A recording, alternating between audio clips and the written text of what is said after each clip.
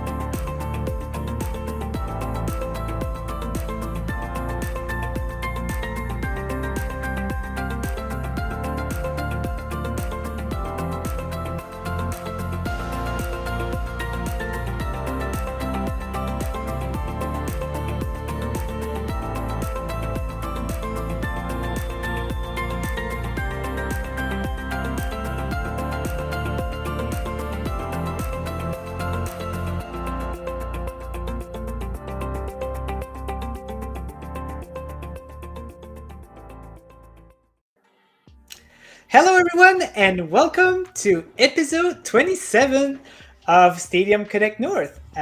Today we are having some very special guests. We are doing an interview with the Lumote devs. First of all, I would just like to apologize for the delay. We had a slight problem with the scheduling for our interview. Yeah, just a slight.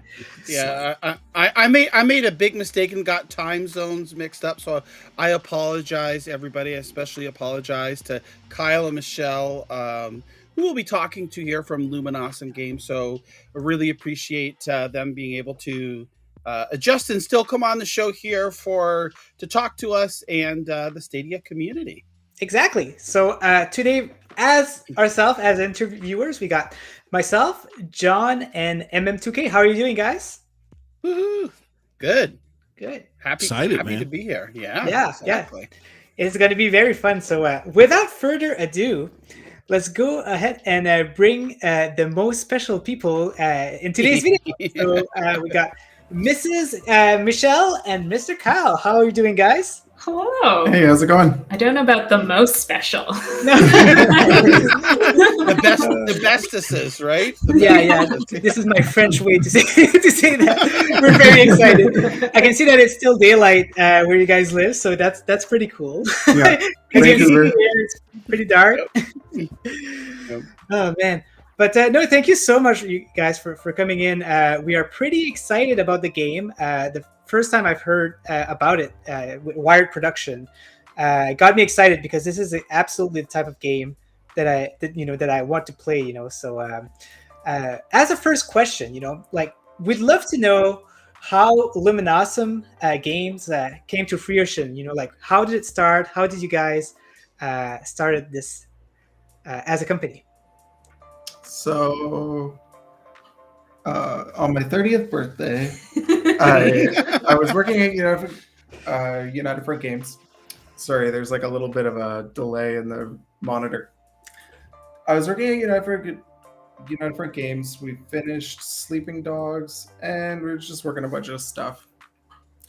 And I decided I was gonna quit, forget AAA, and go on indie, and.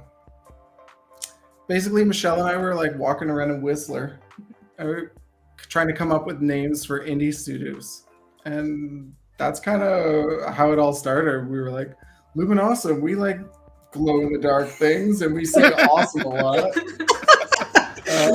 Let's make a game company. Really deep stuff here, guys. Like, yeah, I can see. Oh, I see. Yes, I can understand this very deep. Yeah, and I guess one thing that always stuck with all the other prototypes and stuff we worked on was this idea of bioluminescence and stuff, just as sort of in an art direction, a visual theme, something that we always thought was really cool. So yeah, I mean, that was kind of it. We didn't set out with any other objectives other than I didn't want to work in AAA anymore. Nice. Sleeping Dog is one of my spouse's favorite nice. games. Yes, she bought the game 3 times, I think, like so far. Yeah, she really likes it. She bought the definitive edition. She bought them all. Nice.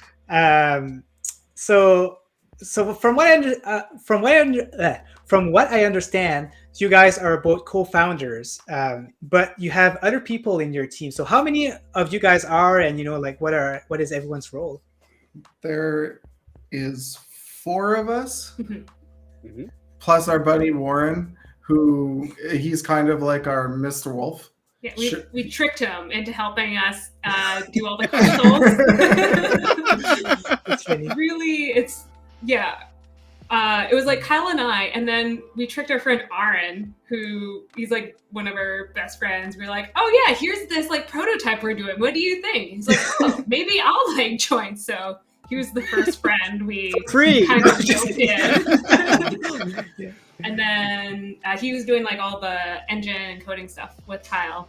And then we were like, oh, we need some audio. And Aaron's like, oh, I have like a friend from back in the day. Yeah. Nice. Which is Paul Ruske. And so we met up with him and we talked about the game and just sort of had really similar ideas of how audio and sound should be in it. And so we're like, as with all indie games, we have 0 funding to start. So it's just like, yeah, you'll totally get some like percentage of it. It'll be great. We can all put in work. Yeah. Let's start a band. Yeah. Might as well, yeah. Forget the indie scene now, right? Yeah. Oh man. But I've been watching your developer vlogs that you've got posted on Wired Production, and just to tell the chat, like I really recommend these. They're really informative, and it's really nice to see the adventure that you guys got through for creating this game. So I highly recommend it to the chat to see that. Thanks. Yeah. Now let's jump into the game. So can you guys tell us a little bit about the game? What's the story about around Lumote? What type of game it is? What's the objective? What's the genre and everything? Do you want to do it? Yeah. You're so much better. Yeah, because of COVID, we had this so rehearsed pre-COVID. Yeah, I knew Going it. to PAX and everything. Now, Yeah. like every time. It's all relaxed now, right? Yeah. Like- Okay. Well, I'll do it. I'll do it. Elevator pitch, go. I'm not going to do the elevator Oh, pitch. okay. I forget. Yeah. Lumote. I'm just going to say what it is. Lumote is a 3D puzzle platformer, and it takes place in this big, crazy, almost like an open world. Like the whole game is there, and you're on this quest to overthrow the Mastermote, and you do that by taking possession of these different creatures, and sort of manipulating them to solve puzzles and progress. How's that? Pretty good. Pretty good. The character you play, a little squishy Lumote. Lumote. Yeah. Actually. Oh, do you have one hiding there? Oh. Ooh, always kind of have. surprised. Oh, there you go. Oh. Nice. So I've always been curious, who made these? Did you guys crochet them yourself? Yeah, Michelle crocheted all of them. I made Wow. a few spots, but yeah, Michelle designed the pattern, Wow. and the pattern's actually on our website. Yeah. So And everybody on can Discord. make a little crochet Lumote.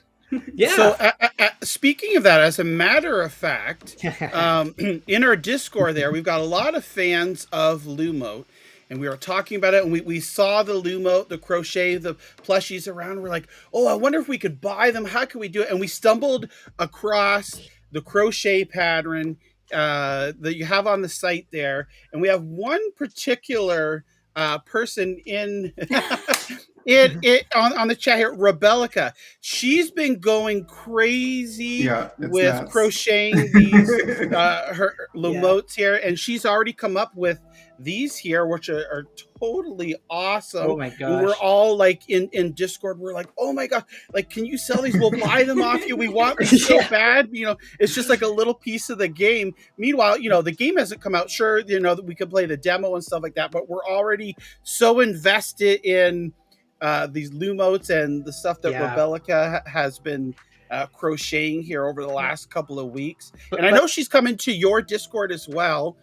And Yeah. she's been asking for tips and questions and stuff like that. And she said, she goes, John and Ninja, I'm working on these. I'll send you some updated pictures here so that you could show on the interview. And sure enough, this morning she sent over these pictures here, and it was so awesome. And every time we see it, And It's you know, pretty good epic. good thinking of her too is that, you know, Limo, since it's like in the luminescence thing, like it's cool that Oh my she God. went ahead Oh, I the- didn't and see that one. she got the glow in the dark wool. So it's very cool. That's amazing. I know. Yeah. I know she had mentioned that she was going to grab the glow in the dark wool, but I hadn't actually Yeah. seen them glowing yet. That's pretty awesome. Mhm. Yeah, Yeah. exactly. It's very Lumo type, you know, like she was it was really good thinking of her for sure. Oh man, I love it. Yeah, But that was so awesome. yeah, when you guys like you know, I was really interested in Lumo, but when in the dev blog, when you guys talk about the open world aspect, how you can just look up and see all of your progress and look down and see all of what you're missing. I find this so cool. I feel like I've never seen this before, and I know that you guys like to say it, and I think it's a good thing to brag about because it just, I don't know, I really like the visual of how you guys thought about that. So and we'll be talking about the engine also later on because we're really curious to see, you know, how it all works. But before we go with that, I just have some more questions here. Yeah. Okay. So, so something that we were curious about is how long do you guys think that the game takes to complete just on a regular playthrough? First playthroughs were like 4 or 5 hours. Like the regular time or like the fastest time? No, like first Oh. playthrough. We've never played the game before. That- You don't 30 have, minutes. like, you know how to Like- move like- a camera and do the thing, but I think like it was- like I a think it was casual about 5 hours. Yeah, player. okay. Okay, yeah. Yeah. And then we had actually already released Lumo just before COVID, Oh, like Yeah. literally February 20th, 2020. Mhm. Wow. And it was after that we partnered with Wired. They were like, "Oh, hey, you guys have a really cool game. Oh, Do you want to work with us?" And so that was when it was pulled off Steam. When we re-release now, we're gonna have an extra 15 puzzles Michelle did. holy mackerel! So there was like the Wow. original 50 or so, and then 15 new ones in like kind of a new world. That'll make sense when you play it the way the worlds work. nice. Very nice. So there you have it, guys. I actually didn't know that, and it's cool information. So Lumo was on Steam beforehand, and so you guys got a partnership with Wired Production, which is an excellent company in my opinion. They release some very cool stuff. They're very open with the community, and I really like them. So that's very cool. 15 more puzzles, which probably came from the brain of Michelle, right? Because she is the puzzling person, puzzling brain of the company. So that is very cool. Yeah, So- Wired has been super awesome. Mhm. Like, Yeah. did a way better job than I did at marketing everything. Man. Yeah, as, So- as shown by the fact that you had no idea we were out for the first time. That is true. That is she had a true. lot of good intentions. Michelle actually recorded a lot of that B-roll over the 5 years Oh or my so goodness, of development. we so had much at the video time. stuff, and then I put like a handful of videos out. I'm very happy that you've been enjoying the devlogs and that somebody can Yeah. actually see these, like all Yeah. this archive footage I made. Something that I noticed with the videos is the person, whoever's playing, is very comfortable with the puzzles. Like they really go through it very quickly. Like, oh my gosh, like they really know how to. Yeah, Like, that's for sure. Matt, he's he's been my main sort of like development contact with Wired. Okay. And he's been doing all the QA work for me. So he and I iterate a lot. And so actually we added some new achievements, and one of them is a speedrun achievement to beat the devs. And the devs in this case is actually Matt Okay. And he's even got it down like under, I think he's under an hour now to do the whole thing. Oh wow, So that's crazy. yeah. Oh man, I can't wait. And I've there's like already some physics exploits there you can use to get through stuff. I'm sure he's using that stuff. Oh man, I can't wait to give it a try. I finished the demo 3 times because Oh, how wow. excited I am. Yeah, and it's funny that you talked about achievement because that was my next question. We were gonna ask if there were any achievements, so that's good to know. Can we get like a rough estimate, maybe, if you're okay to talk about them? Good. Can we get a rough estimate of how many achievements there are, and maybe like how long does it take to 100% the game? So 13. Yeah, there's 13. I just had to like Hook it up hook to that Epic. stuff up for Epic Store, so I know exactly how many. Very nice. Some are just the general stuff. You know, we wanted to like encourage people to actually complete it because a lot of people don't finish games. So the primary set of achievements are there's like sort of the 9 base achievements, and then there's 4 that are kind of like pro ones. One is going to be the speed run. That's going to be pretty tough to beat. And then there's like one for playing through both worlds without dying, which is also going to be a pretty tricky one. Yeah. Wow. And then another thing that we added for this release is collectibles. So you can go through and collect these like little gold collectibles. And when you collect all of the particular type of collectible, then it unlocks like a little model viewer, so you can like view some of the characters in little isolated rooms and zoom in and out, and just like a little bit of stuff to see the artwork. Yeah, I'm so happy that you guys just continued working on the game, even though you already had like completed work. I'm just happy that like even if there's some people who already played the game, they'll have more stuff to go ahead and Exactly. So they'll really enjoy that. So that's all the questions that I had, and what I'm going to do is I'm going to lead with John, who has some more questions for you guys. Okay. So I have a question kind of in the same category as the ones that NinjaGuy X was asking you. For Lumo, where did the idea come up for this? Like, how did Lumotes like become to be? Origin story. Wanna do that one? Yeah, so I mean, Kyle and I were both programmers, and Unreal, they were having a little game jam, and we were just like, oh, that'd be fun to do.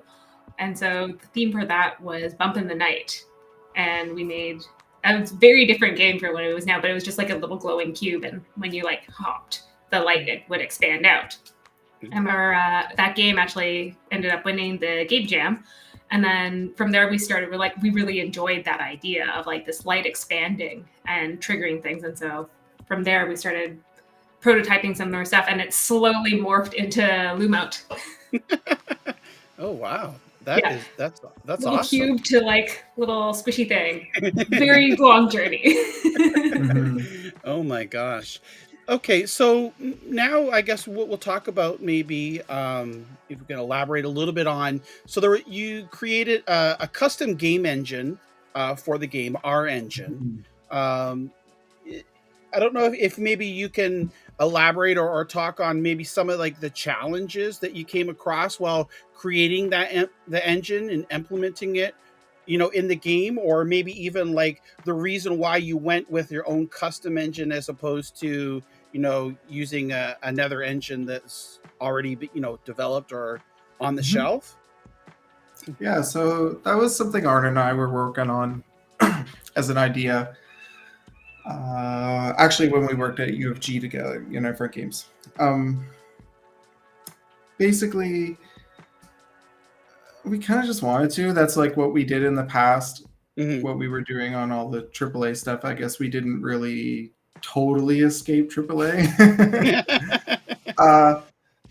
And yeah, so it was just, we had some ideas kicking around, and we were having some struggles with Unreal. Certain things we were doing at the time, with the way we do all the puzzle authoring. It's like a voxel system that we made. But authoring those voxels, it would just crash. I mean, long and short of it, is it would just crash in their sort of physics system, and we were just having a hard time there. So we just said, you know what, let's like see if some of these ideas we've had, maybe they can turn into something and it'll be, you know, more productive for us.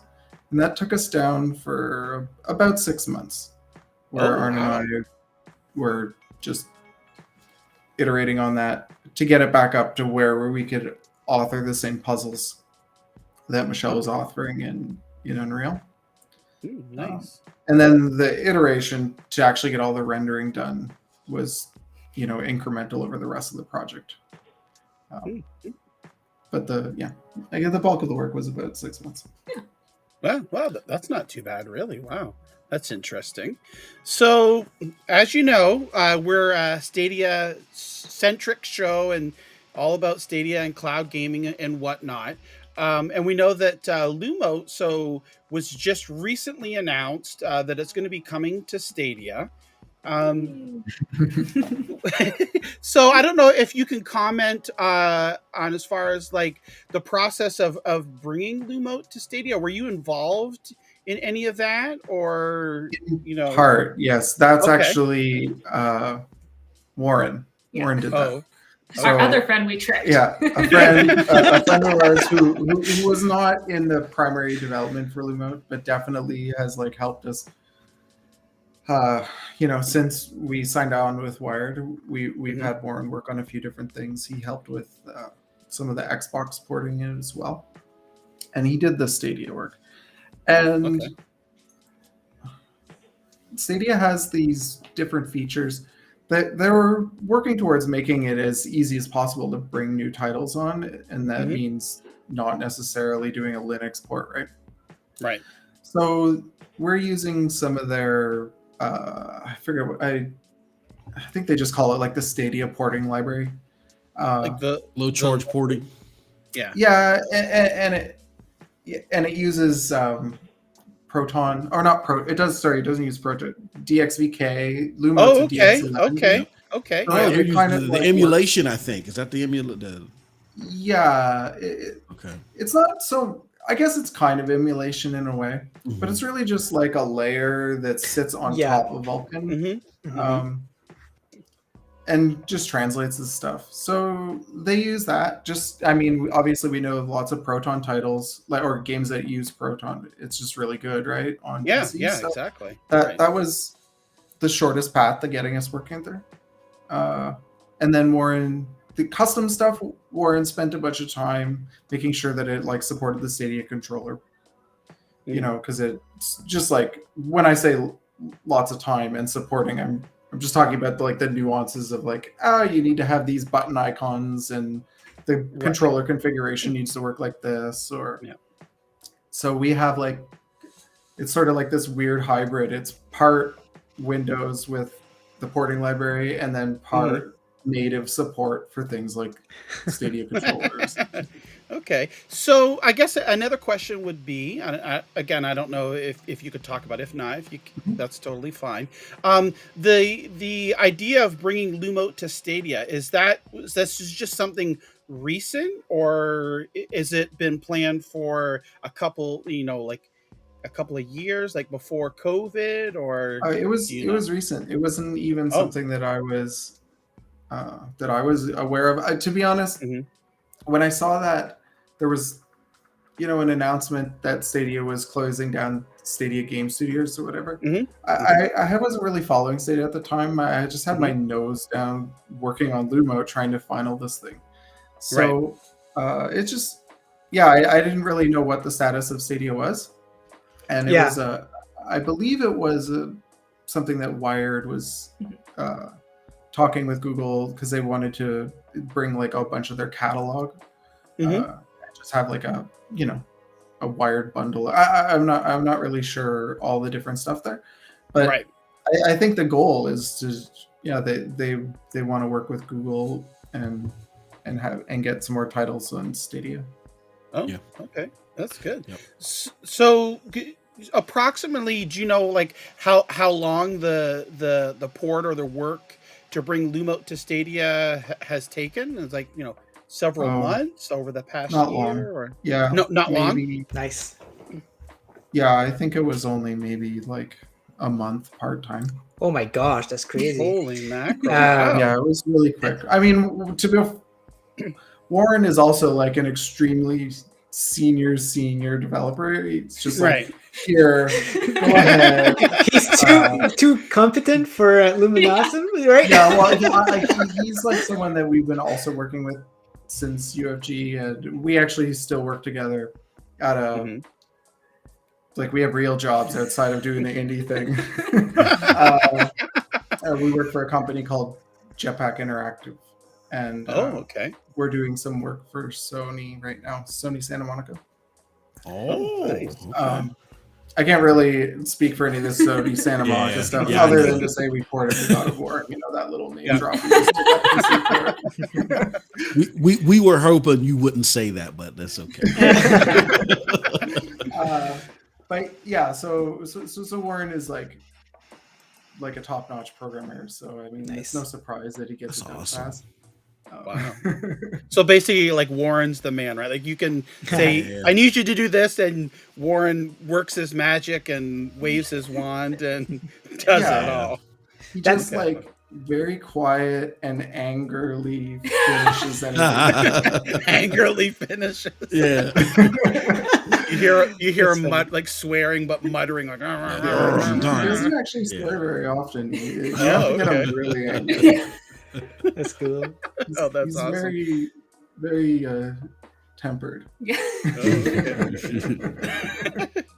So going back to our engine, the custom engine that you created for the game, is like if somebody else wanted to use that engine to create a game, would it be fairly simple for them to do, or is it something like you've got your customized like coding and things in there that it was, you know, wouldn't be maybe as easy for someone else just to pick up and use if you licensed it out? It is meant for us to make new games. This isn't this isn't like a proprietary thing, but it's really just like a tools meant for us to do things efficiently the way we want to do them. Okay. People, if somebody wanted to make a game with it, they could for sure. It wouldn't be very easy to do it for Stadia, probably. Well, it would be about as easy as it is to do it for any platform other than PC. The PC, or like, yeah, the PC stuff is just a lot easier because it's just a lot more straightforward. Eventually, we like to get there. Arn and I have talked a little bit of open sourcing. Okay. But who knows? Who knows? Just gotta find time to do all this stuff. The summer's coming. Let's be real. Right. Yeah. Exactly. Right. Oh gosh. Okay. I mean, like, So. we talked about like future games too, where it's like, oh, if we were going to do quick like prototypes for them, we'd probably do it in like Unity or Unreal, just because it's so much faster to just like get up and running. But if it kind of like Lumote, if it was something like we really were interested in continuing on, we'd probably go back into like our engine. Yeah, I would say if you just wanted to port something, like if you're trying to make something and hit a bunch of platforms, I mean, Unreal and Unity, they hit everything. They're great. Use ours, just like stay away from our engine. I don't know. But- I mean, I'd be happy to have more people use it, but I understand. Like, it's just that you guys built Lumote around the engine at the same time, and I bet like right now there might be a lot of workaround that needs to be done right with the engine, just because it's like it's still kind of like a work in progress kind of engine. yeah. And if you think about something like Unity or Unreal, they provide everything, right? There's like a really robust editor and like an undo system works. And, you know, like it runs on a PC and a Mac and Linux and all these things. And it's very consistent. What we have is it's more like a hobby car, you know, like a kit car. And it can go really fast and it can do certain things, but like it doesn't have Windows. So let me ask you. let me ask you this. So, like, does it do anything different than the Unreal Engine? Because there must have been a reason why you guys went with the custom engine instead of that Unreal Engine, right?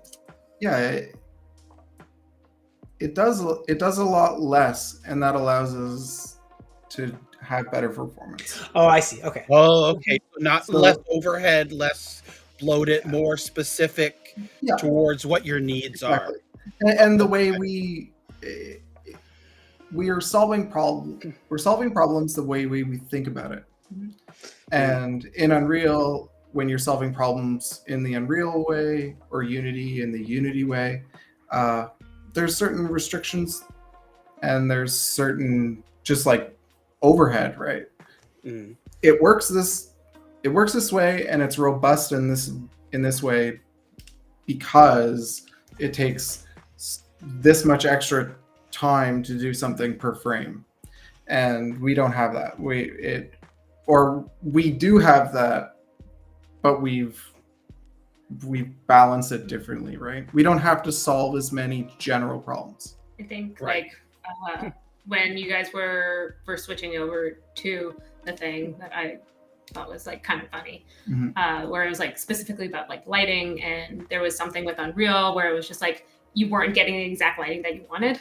So, and it was because something in their libraries was messing you up. And you're like, if I wanted to get like tripped up by code, I want it to be my own code that's screwing me over, not somebody else's. Yeah. It's kind of like in our we're like, this way you know where everything is going. It's like, oh, okay, well, don't have to dig through all these different like layers to find out why something's not actually lighting the way or doing whatever physics thing. Yeah, and I understand that because in future games, because it's your own engine, it'll be kind of quicker because if something is wrong, something's happening, you guys know exactly, oh yeah, this piece of code that I did.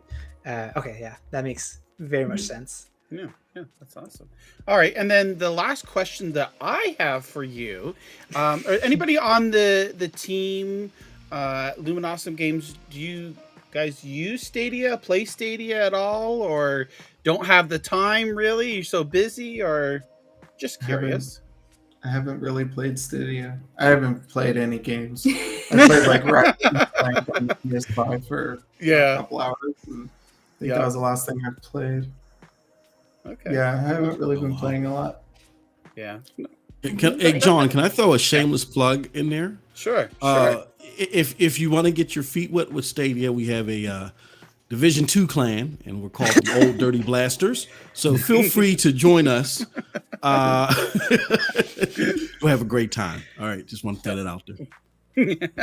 I'm actually, from someone who's kind of ignorant about streaming games, like what is it that drives you guys into it?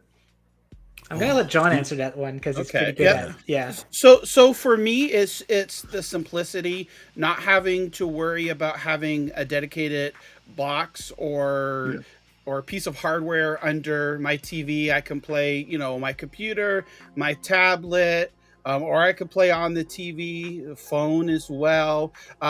Not having to worry about storage space.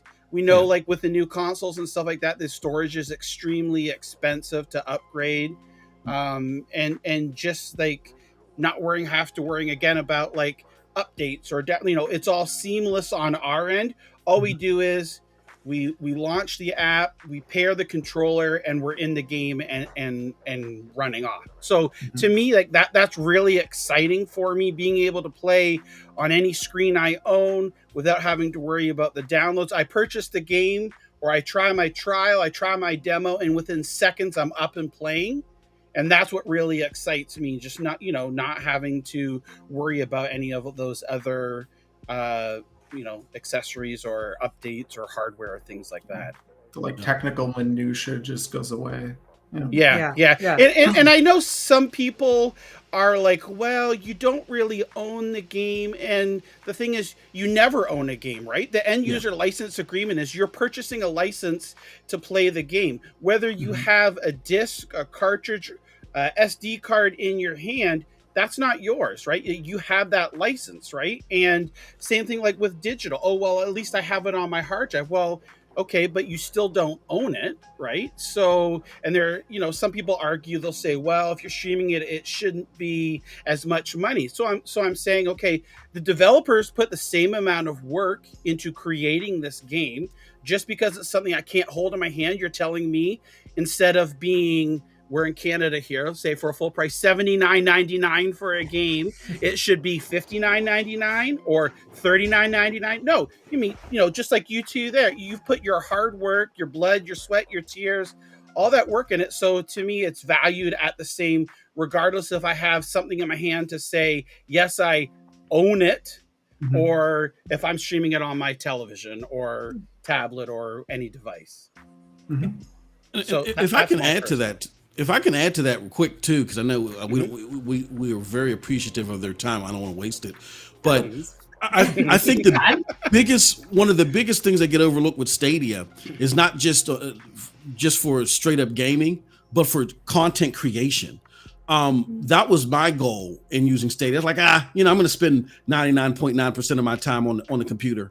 You know what I mean? But as I would buy a new card, and that was $11,000. And then 2 months later, it's not up to speed with the next game. You don't have to worry about that with Stadia. And then I don't, and I'm not fighting to try to get 60 frames per second. Stadia works good at a stable frame rate. So all I do is go to stadia.com, click on the game starts. It's not bogging down my resources. And that's what really turned my mind towards using Stadia more and more and more, is I would be able to just boot up the game, Borderlands 3, Ghost Recon, and then just go live. And it was like freedom. It was like, that scene from the Titanic where your hands are like sticking out. You know what I mean? It was the best feeling as a gamer that I've had in 30 plus years. So that's just another thing to think about, is the streaming aspect with Stadia. I know they got this. One thing that I was always really curious about was all the latency, right? With the internet.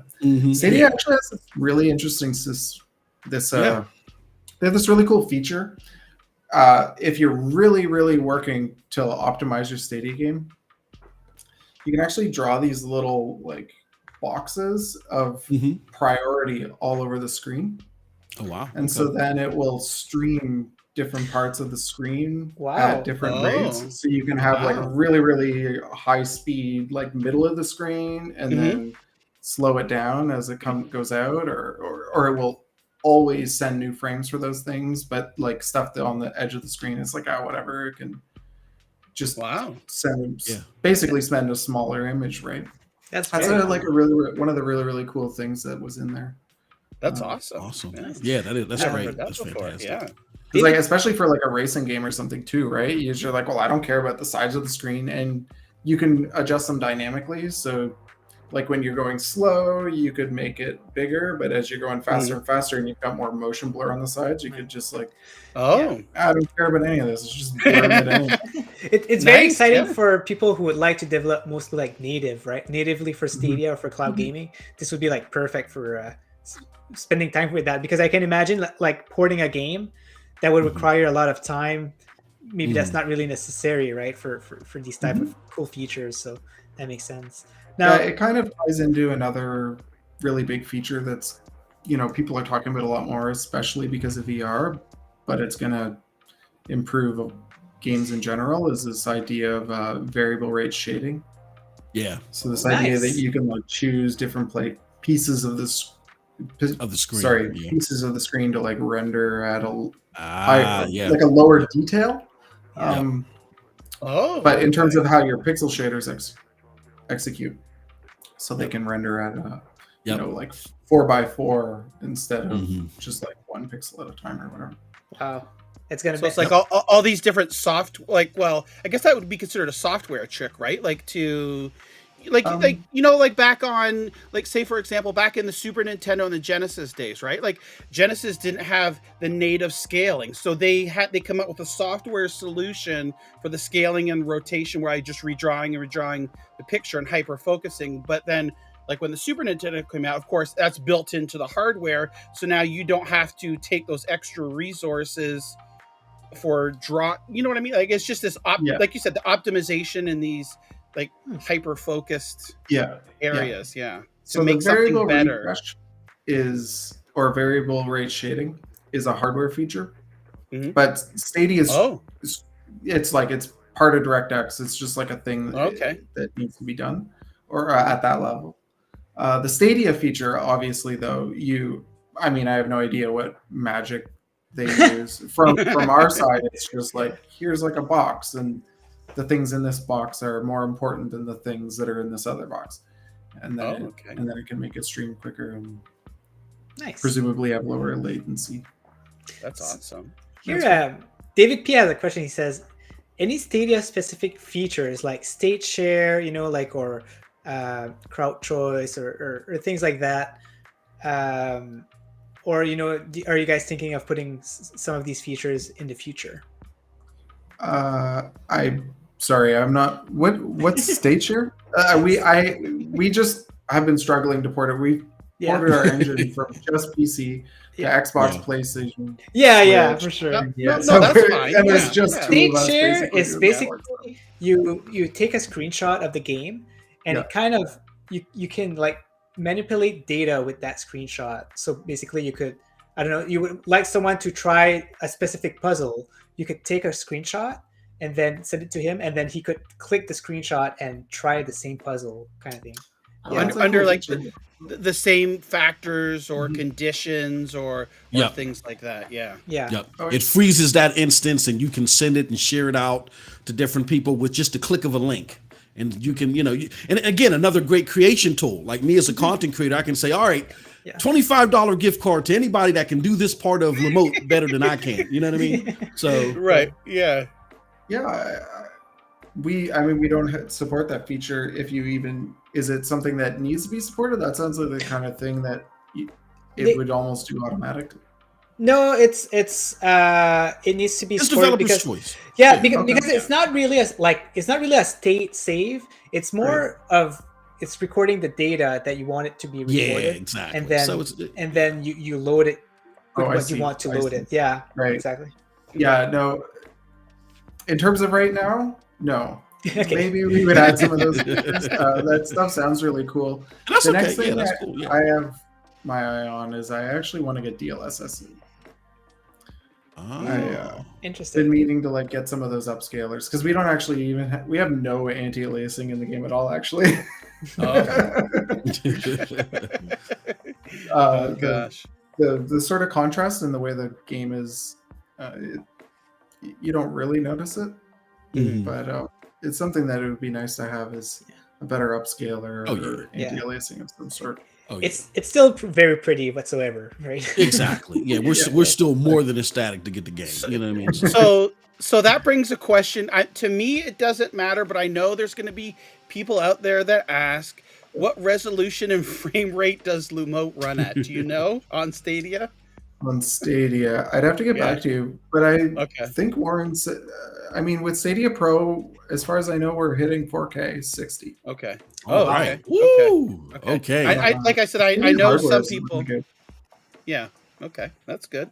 That just came up because I know there's lots of people. There's the people in the Stadia community that are dedicated. They have databases of all the games, and they've got the frame rates, the resolution, if it supports HDR, all this stuff. Because there are those technical people out there that are just really, inquisitive about it. So I thought, what, I'll ask just to see, if you know. So that's what's the spec of the Stadia GPU? It is. Let me get that to you. Yeah. Let me get that to you in a second here. It's so the GPU is a Radeon Pro V340L MX GPU. So it's a server. It's a server GPU. Yeah. 8 gig. Yeah. They have two of them, but they're very similar. This is one of the what have 8 GB of RAM. You're like doing the math. Sorry, Radeon Pro VC? Radeon Pro V340L. Yeah. MX. MX GPU, yeah. Okay, let's see. What is this comparable to? Probably. I mean, honestly, this thing it probably runs 4K 60. Warren did all that. I'll have to follow up. Yeah. I can send you guys. Yeah, it's okay. It's okay. No, it's okay. Yeah. Yeah, it's just a general question. It's okay if you don't. I mean, regardless, we're gonna have fun with it. I just thought I would ask because there are a small amount of people out there that are worried about that or whatever. So it's totally fine there. I think. Should rip. It's okay. Well, thank you. Yeah. So let me see. There's a couple of questions here. Okay, so before we get to MM2K, Granite was asking, while the game supports both, do you prefer to play with a mouse and keyboard or with a controller? Controller. Definitely controller. Yeah. Controller, nice. Okay. Controller is much easier to do a lot of like especially if you want to like do some of the trickier jumps. It's a lot easier to that way. I find the platforming is much more friendly. Okay. I really like that the jump, no matter how low you are, you're still gonna jump at the same height. You guys explained that in the vlog, and it was so cool hearing that, because I don't know, it feels very smooth. It feels very it feels like it's supposed to be like that. So I just wanted to say that. Yeah. Cool. Thanks. Yeah, just like little things. We wanted to make the platforming fun and challenging, but not like crazy precision. Yeah. So yeah, these like little. There's so many subtle things that go into the character physics like that. Yeah. I would have never noticed if you guys never wouldn't have talked about it for sure. Yeah. So we have a question in the chat here again. Raphael saying, I have a 4-year-old who's excited about the game. Do you know if he can play with a little help from me? Like, would his son be able to play along if dad's playing? Oh, yeah. That was actually one of the things.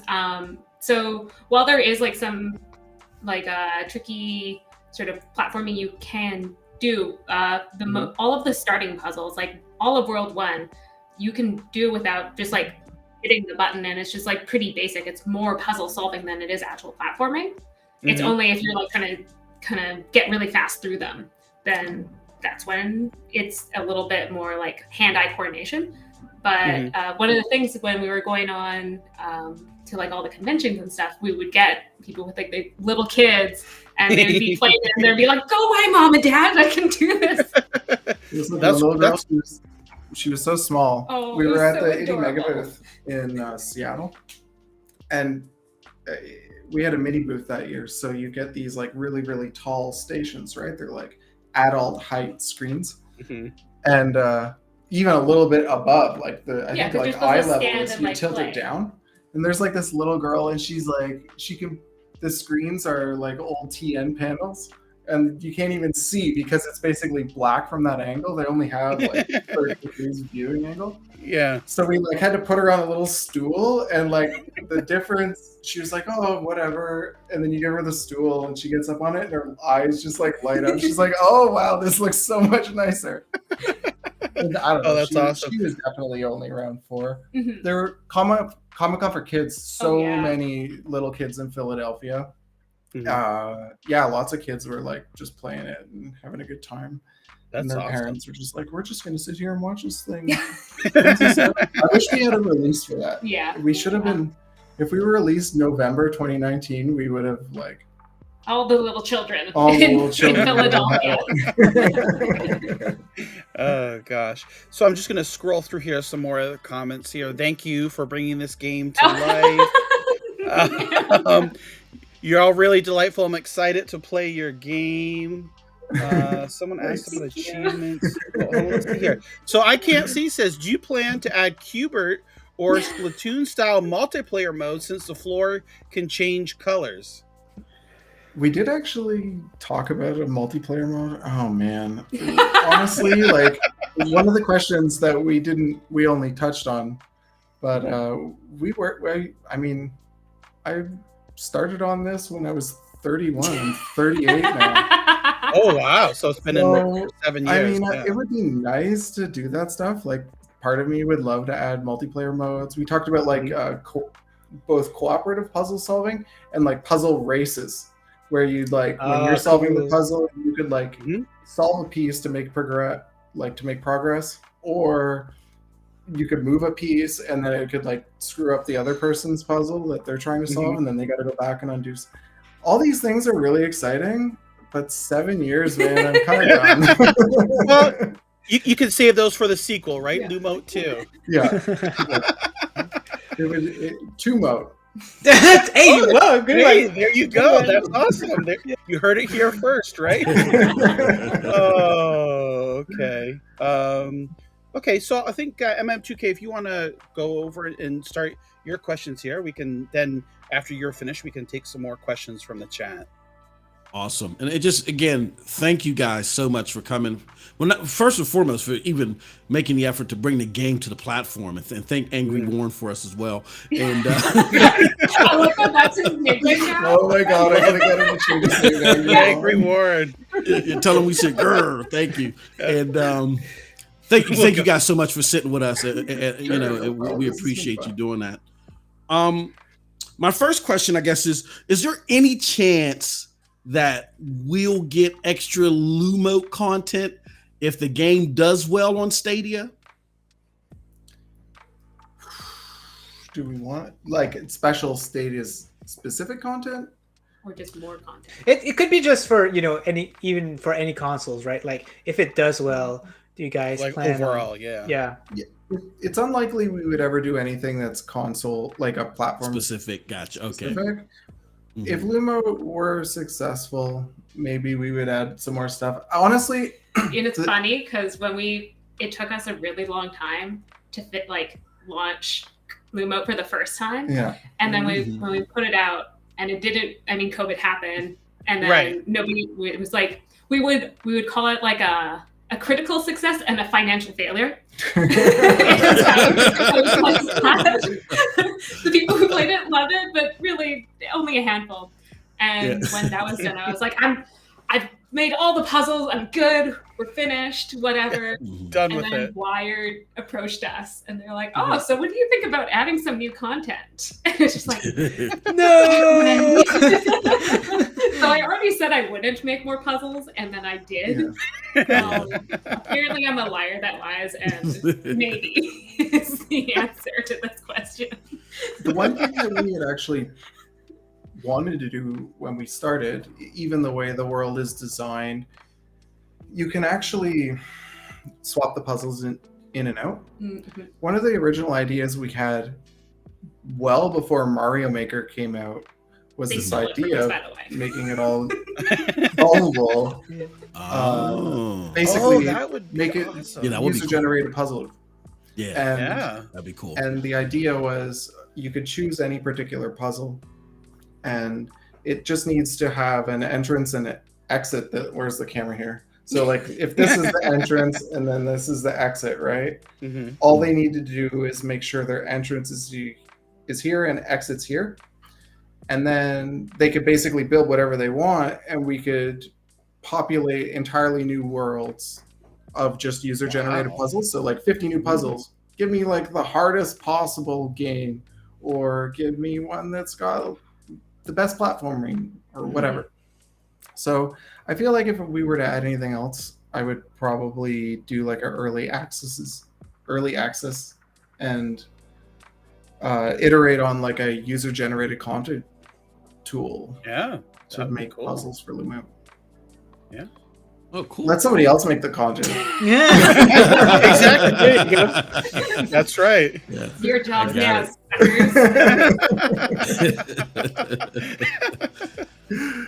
So on to, and I have a series of what I like to call needy questions here. Like, can you give us some info here?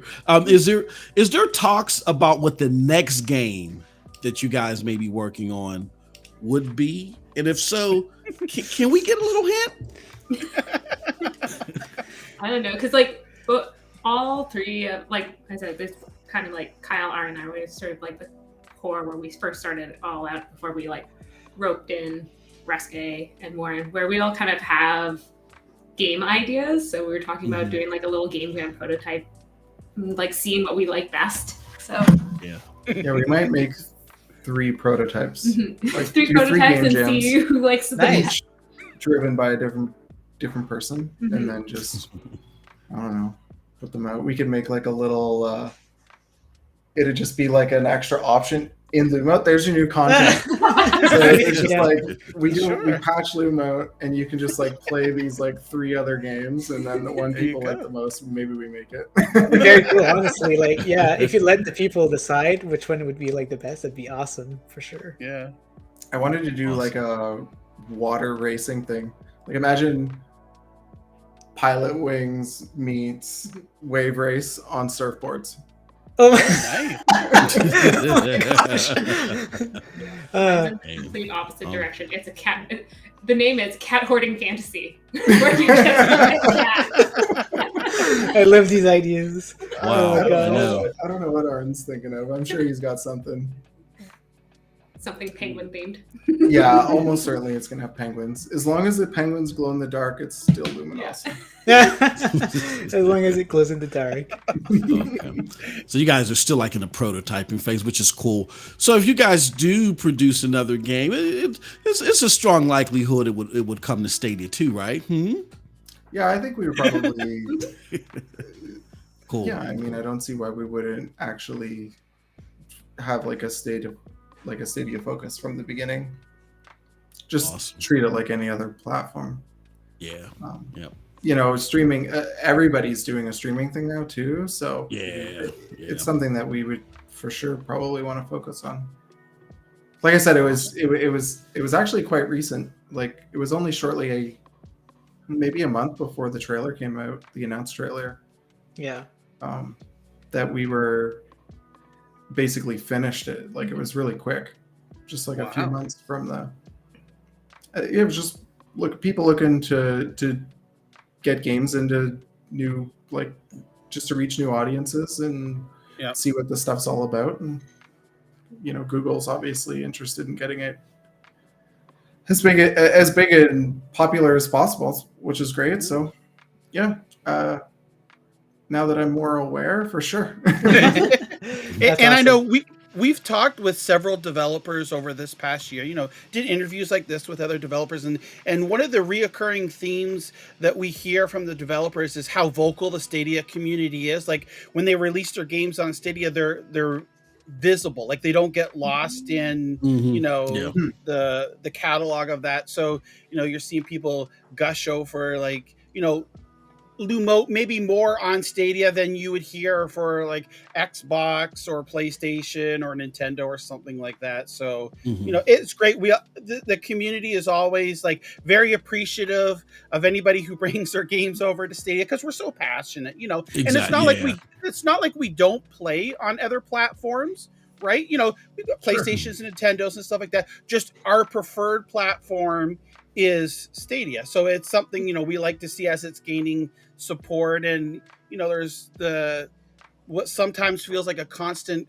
criticism or negative in the media. It's nice to see developers still bringing games over, hearing news from Stadia about making those tools easier, you know, like in this instance here, about a month or so to be able to bring, you know, your game over. So it's not as difficult. And we know that they've made like the certification process easier. So they're doing things, they're still learning, a learning process. I think a lot of people thought coming out the gate, it would be equivalent to like Xbox and Nintendo, whatever, who've been in it for, you know, Xbox themselves, 20 years now, PlayStation, you know, stuff like that. So there's still that learning curve and they're still in this, even though game streaming has been around now for well over 10 years, 10 to 15 years, if not longer, it's still in its infancy, right? You know, because of the internet speeds, the infrastructure, the technology and things like that. So I think like this is very exciting for a lot of us, and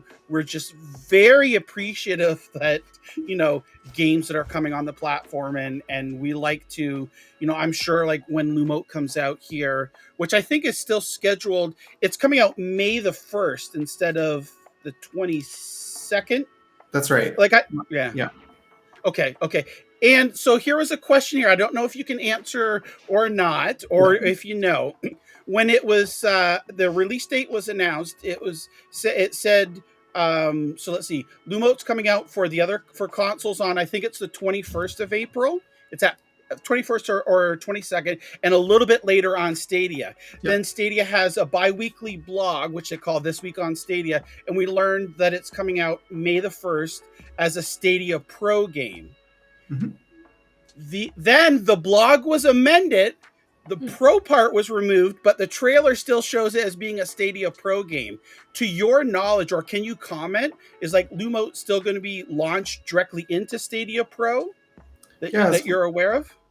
That was, as far as I'm aware, it's still all Stadia Pro. I think there's probably just been some funniness there because my understanding is that Stadia has like a 2-week sliding window of releases for Pro. So the 21st just doesn't. If we release it then if you're on Stadia Pro, there was just something about like confusing it. So they just wanted to sync up the release so that it came out with Stadia Pro. It will still be available for non-Pro, I think, as well. But it's I think it was just to make sure that anybody who's paying for Pro and getting the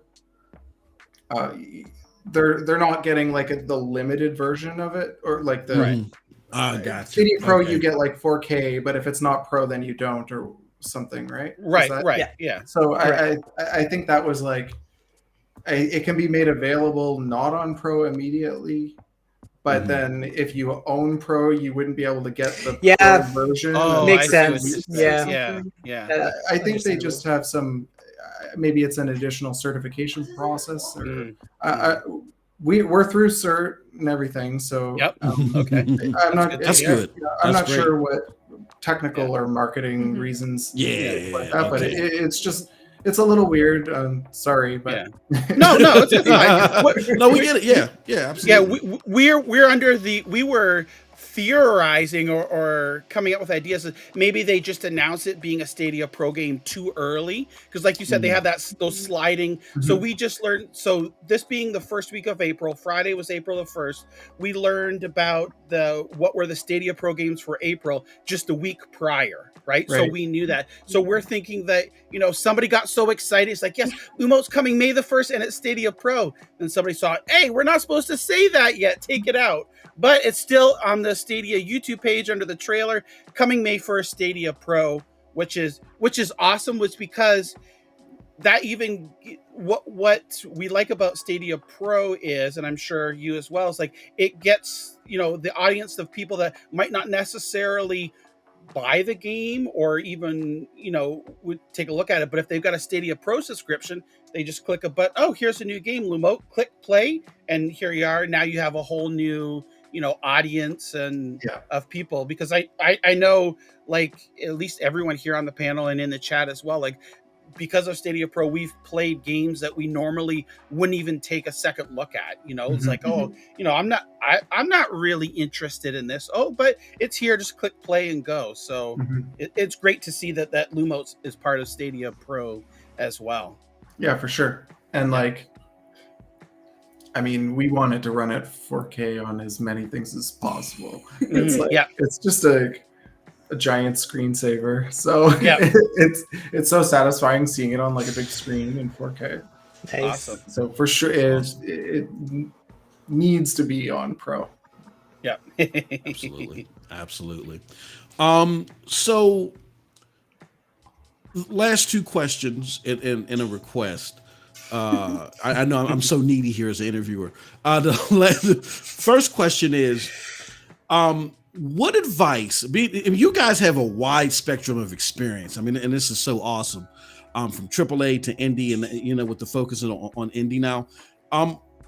For fellow indie devs and smaller indie devs, what advice do you have for them if they're looking to also put their games on Stadia?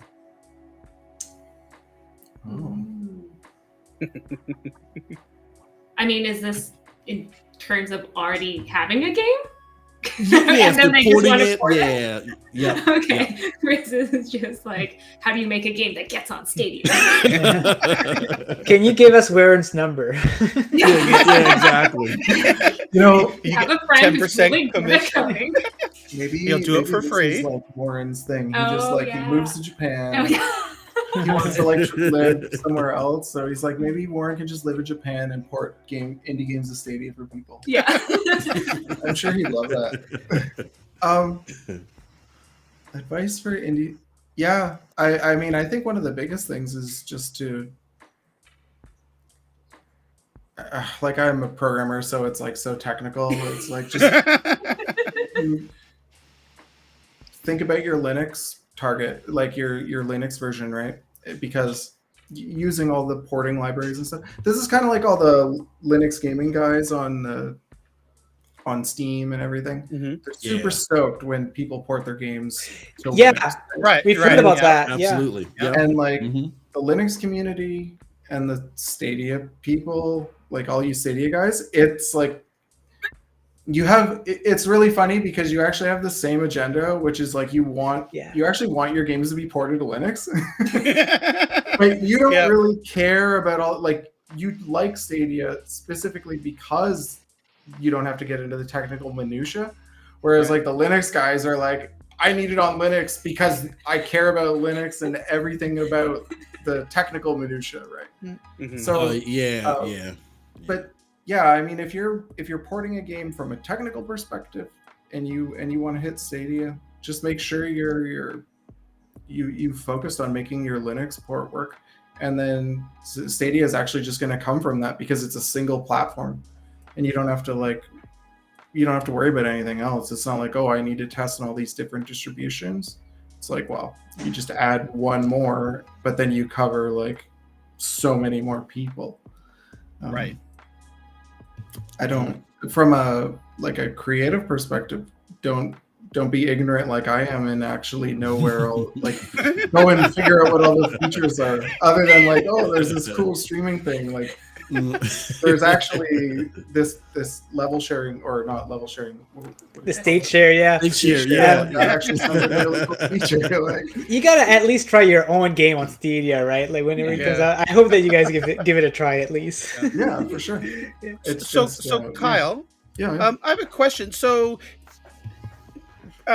bringing Lumote to Stadia, financially wise, would you say, just on average, because obviously you don't have a specific cost, would you say it didn't cost that much more to be able to bring Lumote to Stadia, like a substantial amount, like it was a reasonable, like for those developers who are saying, because I know some people will say, oh, well, if I want to bring it to Stadia, then it's going to cost me so many millions of dollars more, or hundreds of $1,000s, like based upon like what you said, like it really wasn't that hard. This game specifically, I know every game is different, but generally overall, would you say like it really wasn't that much, like it didn't really cost? So I'll give you if that makes soundbite. sense. Yeah. Okay. Most games are made in Unity and Unreal, right? Right. It already works on Stadia. Okay. So like Free. we made a custom engine. Yeah, we've got to like port it to Linux. We've got to port it to Stadia. There's like certain things we have technical considerations.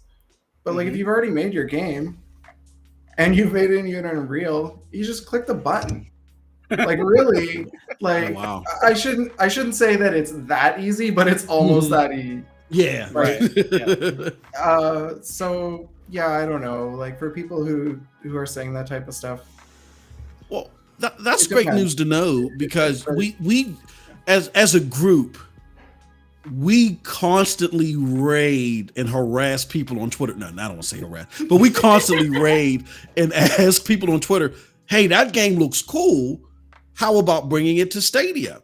And the response that we get from indie devs, which spawned that question, thank you so much for answering it, is, oh, well, what does it require? Like, they're taking it back. Like, hold on, I don't want to go through this whole extensive process.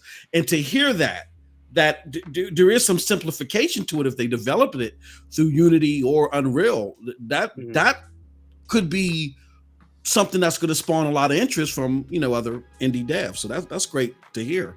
Yeah, I think a lot of it's just it's an unknown, and streaming. If you think about the indie space, it's already like these auteurs and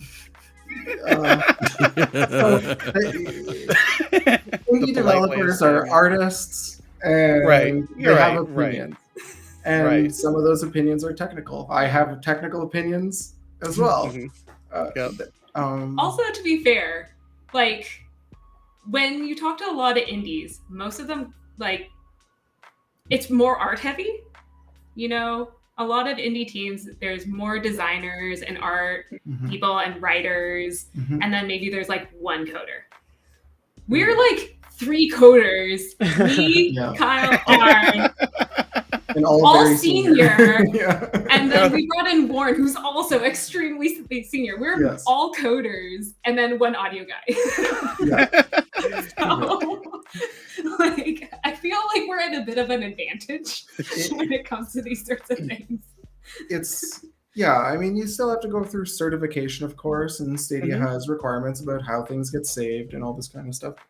Mhm. But like I said, I mean, even to port our engine, yeah, a month or two part-time, and it was done. And then I think it was like a couple weeks of sort of part-time iteration to get through some of the certification things we hadn't accounted for. Mhm. But not a lot of time. I was certainly worth it. Like, Yeah. yeah, a lot of it's just unknowns, and especially when people get caught off guard, like to have the more empathetic response. It's like you're having a conversation, and somebody's like at an indie meetup, and you're like, hey, you're gonna bring this to this new platform, and they're just like, oh my god.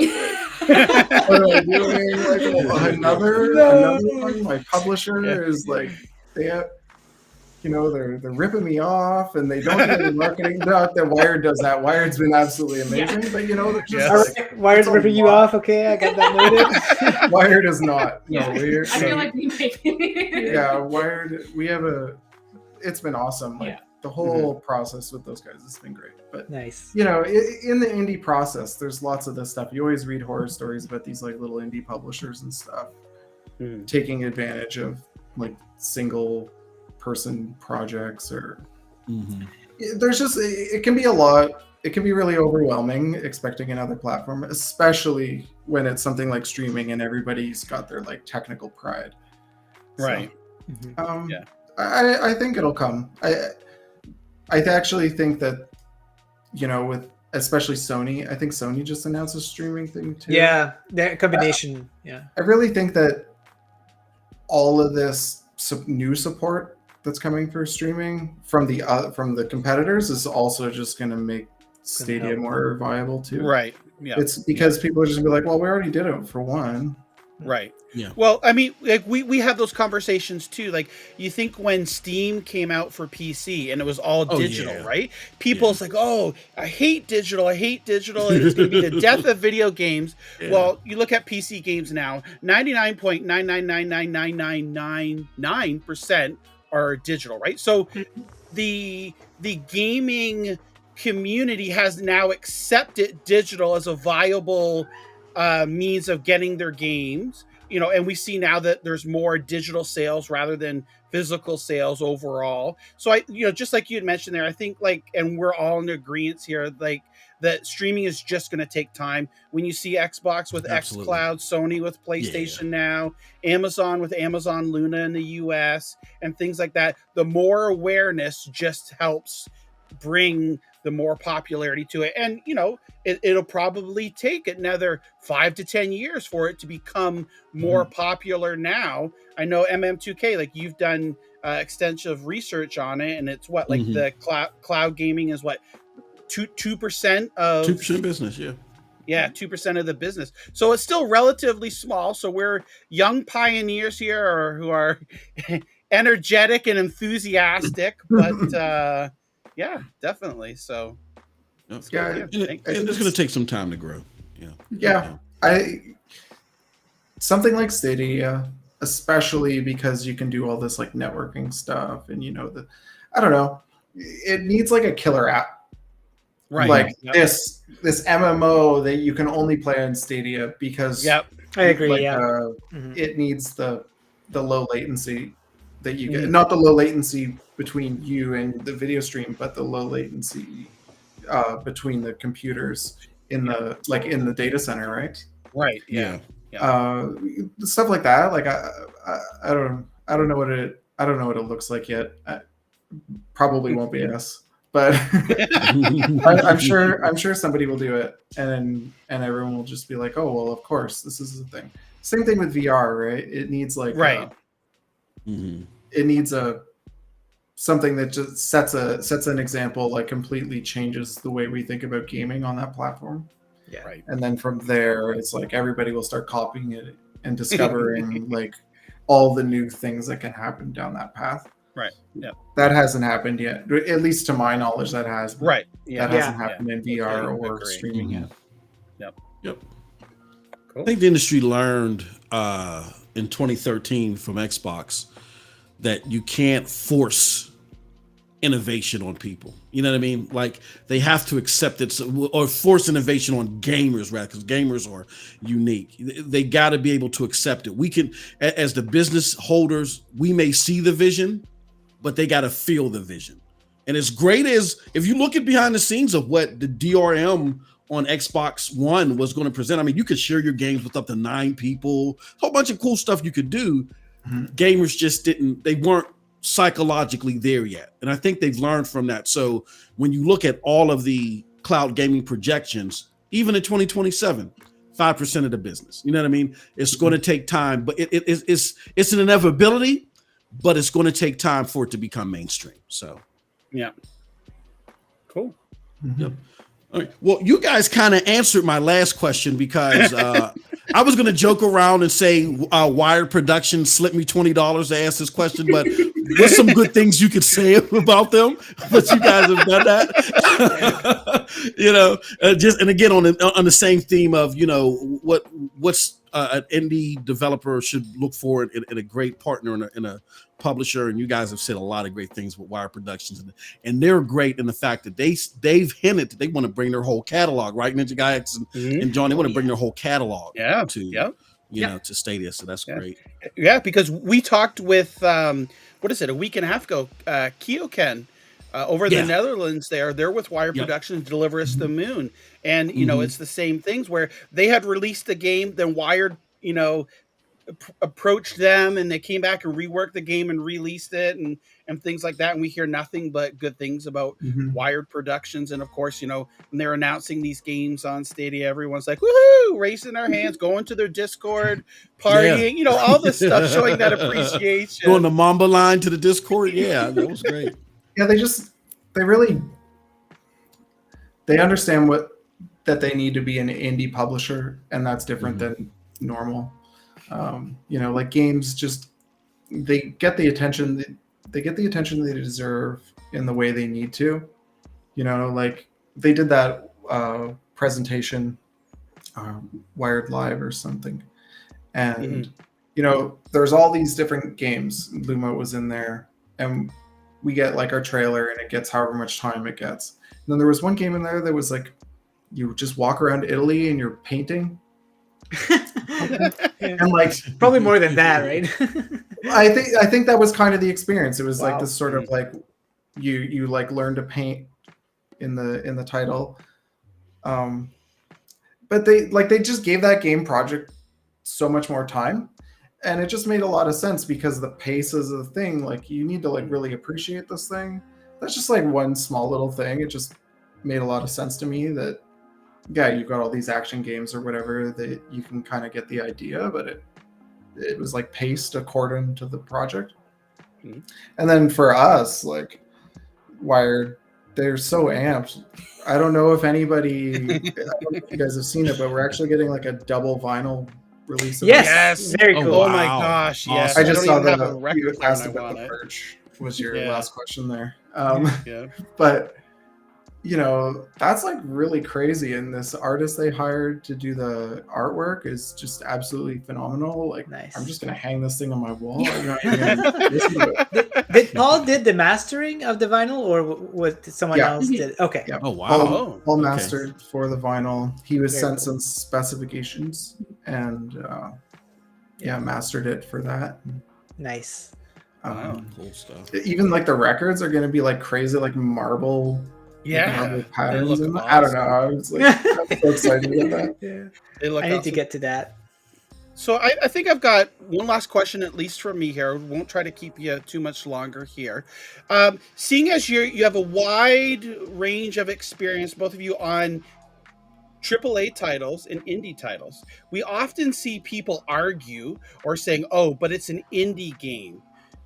Having that experience of working on both, what would you say to a person who tries to discount, a game that it's not as good as, let's just say, of course they're on different calibers, let's just say Lumo and God of War on PC, right? They're going to say, "Oh, well, Lumo is I don't like it. It's an indie game. God of War is AAA. It's so awesome."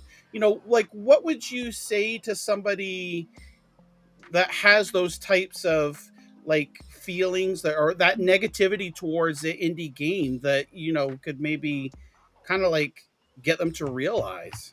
I mean, I guess I in a way I don't really understand that way of thinking, because you wouldn't have that thought process about a movie, right? Like you have Marvel movies, but then you have like smaller, but like Clerks. Right, exactly. And yeah, what we do in the shadows. Oh yeah, What We Do in the Shadows. Oh, that's such a delightful movie. But they're obviously they're different experiences, right? But you can get a different type of enjoyment from each of them, and it's just like, do you want to play the giant boy game, or do you want to like play Me man?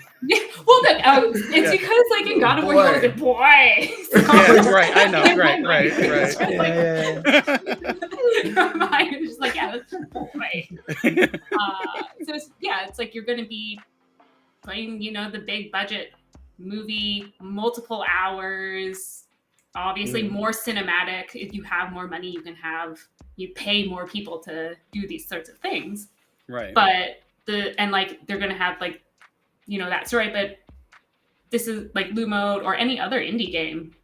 You're going to get a different tailored experience, and maybe it'll be smaller, but it can like hit you in a different way. Yes. Yep. That's what I was going to say. There's many indie games that I've played that have had a profound impact, whether story-wise or gameplay-wise, that is just a whole unique experience, rather than, and again, not saying AAA games like, God of War, Call of Duty, and all that stuff aren't any bad, but I've had these really, where they almost feel like an intimate experiences with the indie games that really touch. You can see, the hard work and the passion and everything that's been put in there. And so when I see people say, "Oh, well, yeah, but," for example, they'll say, "Oh, well, this year, let's just say Stadia has 20 games out, but 18 of them are indie and only 2 are AAA." Like, they try to use that as like a leverage of saying, well, because it's not AAA, it's not as good as, an indie game. So, it's just interesting to hear your thoughts on, seeing that, you guys have been on both sides of the coin there of AAA and indie, just seeing what you think about that type of rationale. I mean, and it's also kind of obvious that like large AAA games are going to make more money, because like it's marketing is like a really big thing. That's like one of the major things within it. There's so many people making so many really cool small games, even in like Vancouver, like before COVID and everything, we were going to like little indie meetups, and Vancouver is actually like a super like indie game developer heavy town. So like you would go to these little meetup events and everybody would have these super cool ideas and games. But because you're like one person, you're 4 people, you're doing everything yourself, you have if you go on our Twitter, like your Twitter thing, you have like 100 people. There's a sort of a thing too, when we were trying to do our marketing, we'd like read the blogs and they're like, you should post at least once per day. And it's like, when do I post? I feel kind of dumb. Like, it's a good example because like Lumote is a perfect example, because it went through both ways, right, of advertisement. Wired Production put a lot more money into the advertisement, and see where it came, like where it got the game too. So it's very nice. Yeah, they know what they're doing. And like if you see those AAA games, I mean, they have like in the SkyTrain station here, they have like a giant like poster for Robot Arrow game with I'm really bad. Horizon. I'm really Robot bad. Arrow, Like, Robot Arrow game. Yeah. I love that title better. I love that title Yeah. better. She's good at advertising. You let slip the game you guys are working on for Santa Monica Studio. Yeah. Robot Arrow. Oh gosh. really bad with memories. Rebellica made a comment here about Valheim being huge last year. This is like a thing, you know, there are genres you can't get a AAA game. It's like, Right. you know, you don't, yeah, you just like, you don't, when was the last time you got Valheim in AAA? You can't go and make a open-ended game with basically no story where you just like go off and make your own adventure, right? You don't get that in AAA. You don't get that for like $200 million. You get that because like some people like are scrappy and want to go and make something interesting, right? Yeah. Same thing with Lumo. You know, where's like the AAA Lumo? Like, the closest thing I can think of is probably Portal. Right? That's the closest you've ever seen a 3D puzzle platformer. 3D puzzle platformer that's AAA. What do you mean? It wasn't AAA. You mean blubby glowy thing game? Yeah, right? Like, even like Pikmin, like is Pikmin AAA? I mean, it's a Nintendo. Is it? Right. Yeah. I don't know. Would you consider it? I don't know. There's a lot of developers on that, right? Yeah, but I get the sentiment. I get the sentiment. Like the most innovative, forward-thinking games come without that. We gotta have bangs and explode. Come without that Michael Bayish, aesthetic around it. It comes with. They're blockbuster movies, exactly. Yep. Right. So it's like saying, well, the only thing out there is blockbuster movies. I guess it's exactly what Michelle said when we opened this question, right? Or even think about board games, right? Like you buy like a board game and you play a board game, but if you just want to play cards, you just play cards. You don't like go, oh, well, board games are obviously better because they do this thing. It's like, well, exactly. No, I only need a $3 deck of cards to play the game I'm playing. I don't need a board. Yeah, but it comes with all these pieces, and Monopoly comes with this different it's money way better. and little stuff. It's way better, man. Yeah, that makes sense. Yeah, so I think there's a place for all of this stuff, right? Like, I don't know why people fight over like fun. It's like we're making toys. We're making like toys in software form. And people are like, oh, this thing is better than that thing. And it's like, why are you getting angry about this, man? Just go have fun. Just go have fun. Like, just have fun. I don't care. Just like growing up, buy my game so I can buy a beer. Yeah, exactly. Right. Yeah. So, all right. I think that's going to wrap up our interview here. I just want to say a big thank you for both Kyle and Michelle for talking with us here. We originally I screwed up the time here. I apologize. But, no worries. But we get to enjoy the sun now. We had a fantastic time talking with you. And just shout out to all our Canadian developers. You guys are so awesome. I know myself, I'm here in Toronto. MM2K's in the US, but NinjaGuy, you're over in New Brunswick here. All the way on the other side, yep. Yep. And shout out to Kyle to Cambridge. I know you originally Cambridge. That's where I'm from too. So Southwood represent. Glenview Park. I feel so left out. Glenview. Oh really? I remember going to South Park for our Southwood, for a track meet one time. A long time ago. So but that's awesome. So it's just funny how worlds collide, right? So totally. Awesome. And again, a big thank you. And thank you everyone here on the panel. We appreciate it. And we are looking forward to Lumote here, just a couple of weeks away. Yes. You can bet that there will be a ton of people talking about it on Stadia, streaming it, and just having fun with it. Yep. So I think with that.